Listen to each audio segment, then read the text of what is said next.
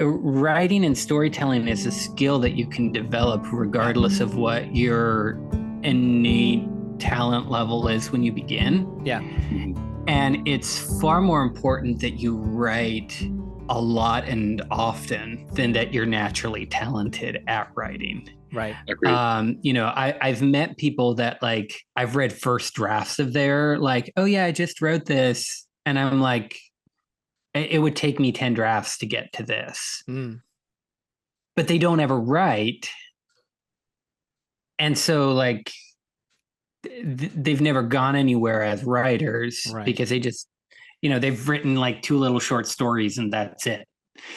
And they talk about writing books, but they never do it. So I think it's far more important if you enjoy writing, if you want to write.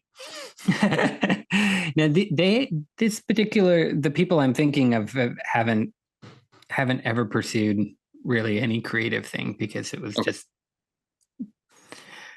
they didn't have to work for it. So well, what's that? Right. What's the old adage is like hard work beats talent every time, or like yeah, it's something. Hang on, I need to look it up. There's now. Also there've been studies done that to master any craft, you have to spend 10,000 hours doing it.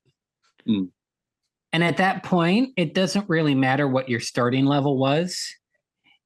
If you put in 10,000 hours doing anything, you're good at it. Yeah. The saying is hard work beats talent when talent doesn't work hard.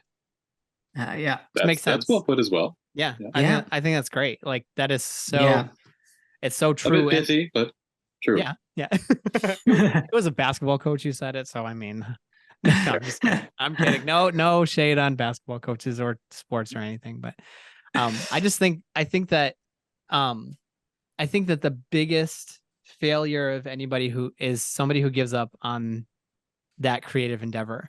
Like it's such a tragedy when somebody starts writing a book and doesn't finish. And I've met so many people that have really good idea that needs they just need a little bit of tweaking here and there, or like a push to just finish. And then it will be something awesome, something way better than mine. Like something. Well, and frankly, they need a community. Yes. Like I don't think I ever would have finished my first book if you guys hadn't been there, sort of, hounding you. Yeah. Well, yeah. I can't believe you had to bear all of that. Like it's so rough. Was that an illusion? Yeah. Yes. What a tragedy. If you didn't finish that book, they would have had to call the warden to get me off. I would have been so mad. Come on, I'm trying to work into your book here. I know. But no, it's his book is fantastic, and he has a character named Bear. He has a warden character, and all these other things. But it is fantastic. Both of these guys, Daniel and Timothy, have just been incredible writers since I met them.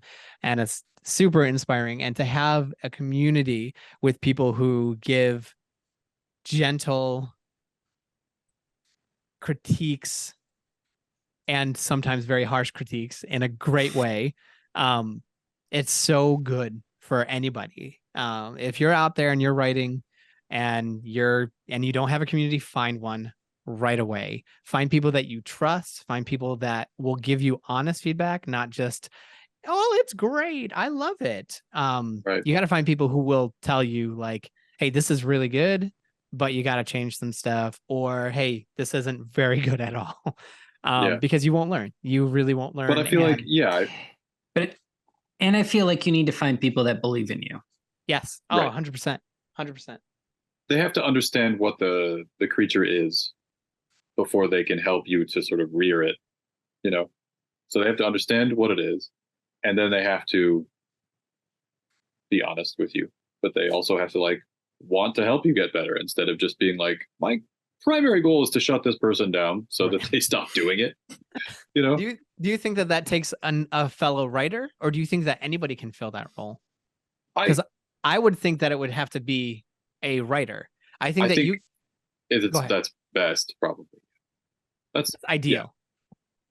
Because if you don't understand why someone would write, then you can't can't approach it. I mean, that would be like, you know, I'm a cellist, right? So I can't go and criticize somebody's sax playing,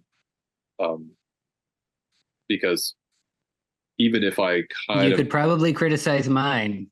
Just throwing that out there. I don't know if this is a good analogy, Daniel, because they're even in sax and cello, there's still you're the right. It's not a fellowship good of analogy. music. It's a bad one. You're right, because I could criticize it within, like, musically. Yes, exactly. Without saying, like, I'm not a sax player, but let me listen to you for a while and see if I can. You're right. You're right. But I think, actually, like, if you're going down that line, it would be like a cello player critiquing a basketball player. Like, hey, your dribbling isn't so great. And, you know, a cello player who doesn't play basketball, who's and I was just also like, a bad basketball player. So that, oh, well, you're tall, so you're good because you're tall. But anyway, no, but I think you're right. I think that there's still something in there if you have a cello player who really cares about the basketball player and gives them some sort of encouragement at the very least. So if you have a cello player in your life who's encouraging you to write and pushing you to write, I think that that's awesome. But I think we need that. Right. But if you could get a saxophone player or a fellow cello player to give you feedback on your music talent, specifically your cello playing, your bow and finger and all that good stuff. That's good. You did some things there. Yeah. So like, I feel like that would be ideal. But if all you can get is the basketball player's input, then freaking take the basketball player's input and like take that and use that to continue your writing. Yeah. And I would say there's a lot of value in having other writers look at your work and input into it.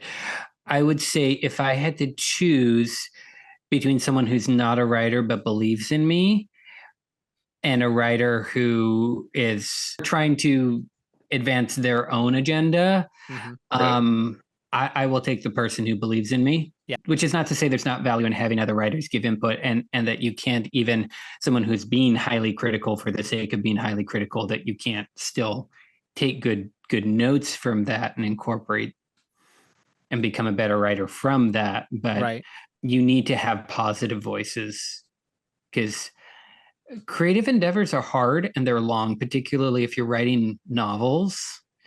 You know, it can easily take a year or more of your life invested into it, and it can be hard to keep going. And so you need those people encouraging you, who believe in you, who believe in your writing, even if they're not writers themselves and can't give technical or creative feedback, like that person going like, I love this story, keep writing it, what happens in the next chapter? Like, it helps keep you going. Yeah, for sure.